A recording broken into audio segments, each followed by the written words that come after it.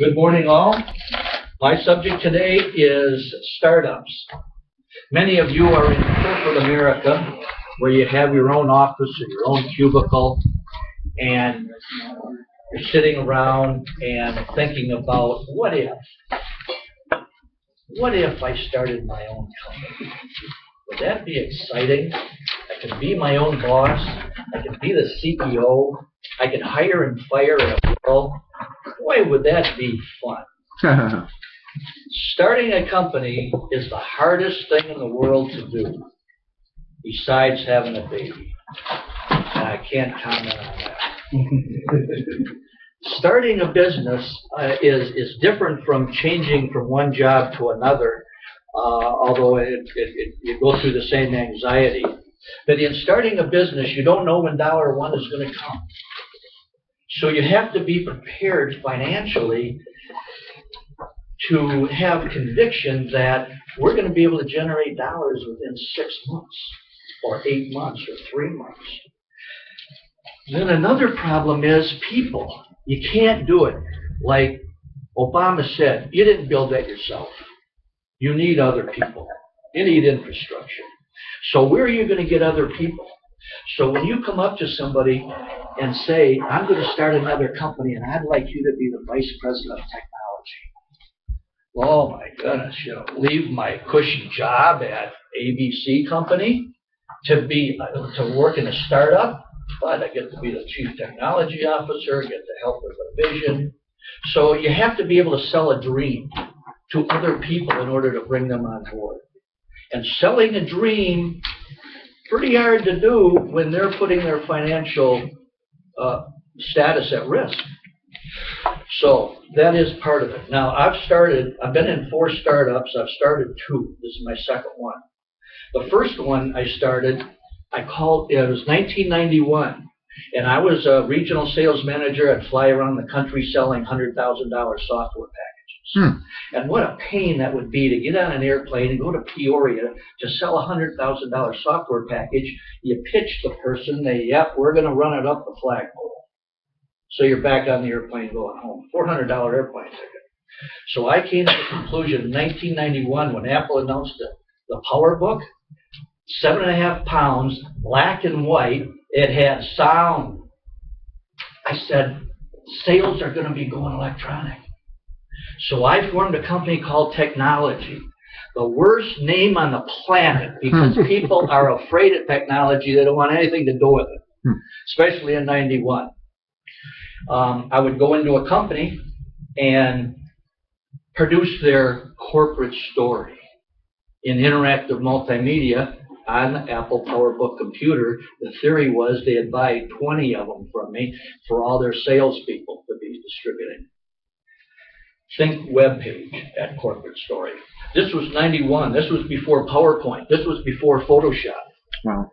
I had a design guy from MCAD, world class. He could develop multimedia like nobody's business. I never saw him read a manual.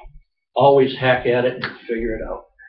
But anyway, we ran that program for 5 years. And who was to know that 4 years later, the browser would come out? So you might say I invented the web page on the wrong platform 4 years too soon. It was jaw-dropping. I'd show it to people where you open it up, you hit the power button, and the production starts. Wow, is this cool? Well, it was black and white. But I knew what grayscale would come along, and then color would come along. Being a technologist, knowing where the future was going. But I didn't count on the browser.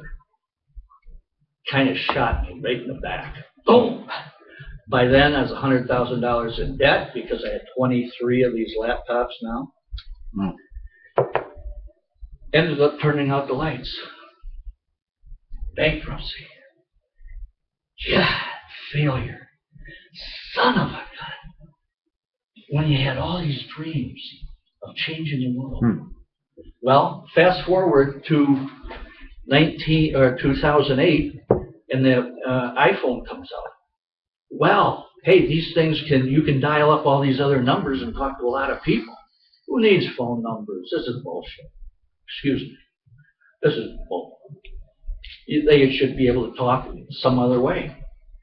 So, because I remember my first programming job, I programmed mainframe computers to talk to each other, to dead start one from another. This was before networks. This was just sending bits and bytes to the other computer, firing it up. So I said, you can do that with telephones, with the iPhone. So I formed what is now iConnectus. Was called Who's Near. Got sued for the name. But anyway, in starting the company, again, I had to sell a dream to another guy to be my chief technology officer. Well, it turns out he was on medical leave from a big corporation and still getting paid. That made it a little easier. But you still have to sell the dream.